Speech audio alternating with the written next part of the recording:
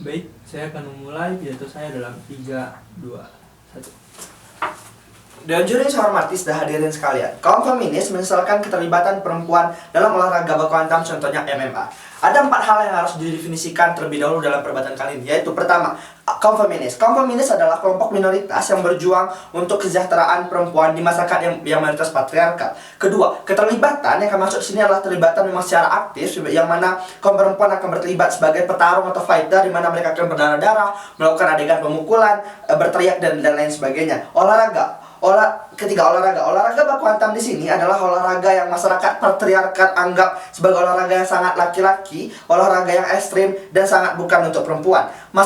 Yang keempat, masyarakat yang kami sebutkan berkali-kali dalam pidato kali ini adalah masyarakat patriarki, yang mana mereka menganggap laki-laki jauh lebih superior di atas perempuan.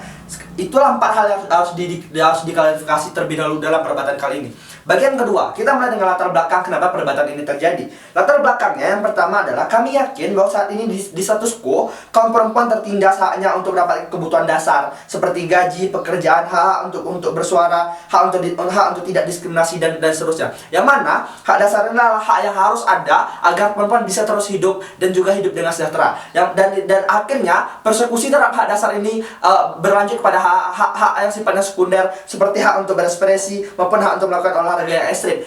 Yang mana kami yakin hak primer jauh lebih penting daripada hak sekunder. Sekarang, apa penyebab dari masalah ini? Setelah kami analisa, kami yakin bahwa penyebab ini adalah karena masyarakat yang memang sudah punya setting budaya seperti itu, yang mana mereka sulit untuk menerima perubahan yang cepat, revolusioner, dan signifikan. Ditambah lagi penyebab kedua adalah bagaimana kaum feminis yang sangat-sangat radikal sehingga melakukan perubahan, sehingga masyarakat tidak dapat beradaptasi, dan akhirnya banyaklah terjadi penindasan dan persekusi terhadap kaum perempuan dan juga kaum feminis. Sekarang, apa tujuan atau interest dalam perdebatan kali ini? Kami yakin kaum feminis harusnya memperjuangkan hak-hak kaum perempuan yang dimulai dari hak-hak primer yang paling penting untuk hidup.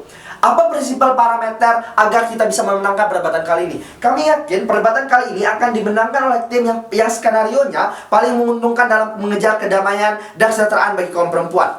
Maka oleh karena itu, berdasarkan semua latar belakang tadi, kami sebagai tim pemerintah menawarkan sebuah solusi atau ide bahwa kita sebagai feminis menyesalkan keterlibatan feminis di olahraga baku hantam atau keterlibatan perempuan di olahraga baku hantam, contohnya MMA, yang mana kami yakin adalah merupakan bagian dari gerakan radikal untuk memperjuangkan gerakan feminis. Mari kita masuk dengan bagian berikutnya, itu poin justifikasi kenapa hal ini dibenarkan untuk dilakukan.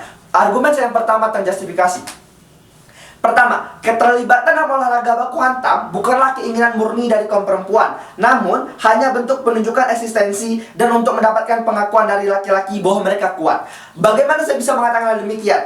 Pertama, sejatinya laki-lakilah yang mempopulerkan olahraga baku hantam. Bagaimana di awal sejarah, bagaimana olahraga ini dipopulerkan oleh perempuan, oleh laki-laki, mohon maaf. Dan perempuan, bahkan ketika memiliki kebebasan untuk memilih, mereka memilih untuk tidak melakukan tersebut karena mereka memang tidak didesain untuk hal tersebut. Yang kedua, bukti bagaimana laki-laki memang memiliki bentuk tubuh yang dirancang khusus untuk melakukan baku hantam. Bagaimana mereka memiliki badan yang lebih besar, tengkorak lebih besar, hormon yang lebih kuat dan seterusnya, memang khususkan untuk melakukan kegiatan-kegiatan sifatnya keras, berdarah-darah dan seterusnya. Namun perempuan tidak untuk demikian, Dewan Juri Somati. Di awal sejarah, bagaimana perempuan laki-laki didesain untuk berburu, untuk bertarung dan seterusnya. Namun perempuan walaupun ketika memiliki peluang untuk melakukan tersebut, ia tidak milih untuk melakukan tersebut. Di awal sejarah menunjukkan bagaimana olahraga baku hantam perempuan hanya untuk melakukan perlawanan, bagaimana mereka menunjukkan bahwa mereka juga kuat dan sama dengan laki-laki.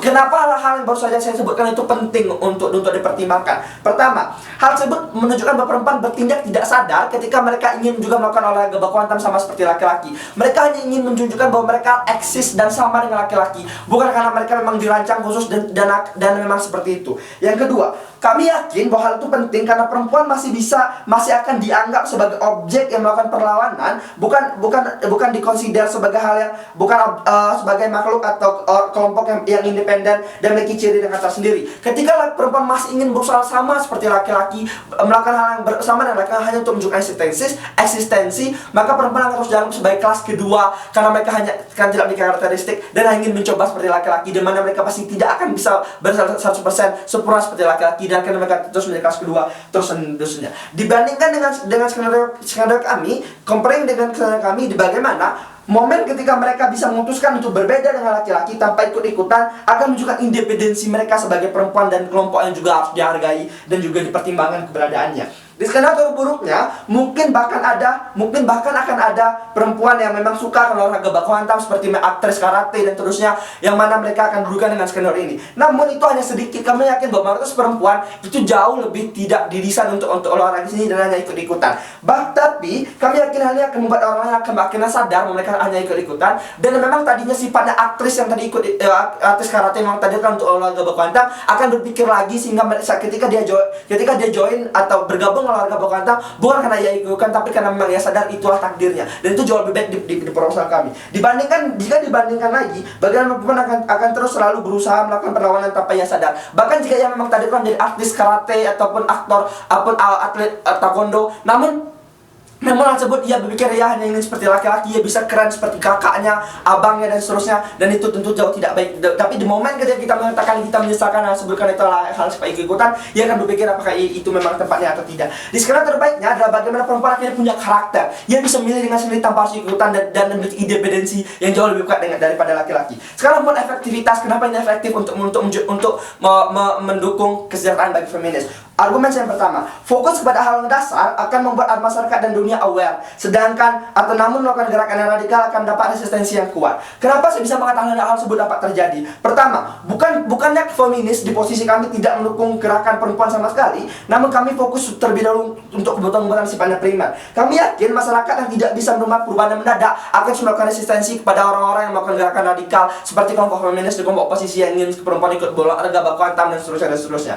Tato, LGBT, dan seterusnya akan terus ditentang, bahkan dipersekusi termasuk olahraga baku hantam nanti. Sehingga ketika Anda ingin join atau bergabung olahraga baku hantam, namun ketika rumah Anda dibakar karena Anda nggak berbeda, maka hal tersebut jauh lebih tidak baik daripada yang kami anggapkan. Di skenario terburuknya hal tersebut dapat terjadi. Kenapa hal ini saya sebutkan tadi penting? Pertama, hal ini akan memberikan sinyal ke masyarakat bahwa feminis adalah gerakan yang radikal dan akan mendapatkan banyak perlawanan terus-menerus.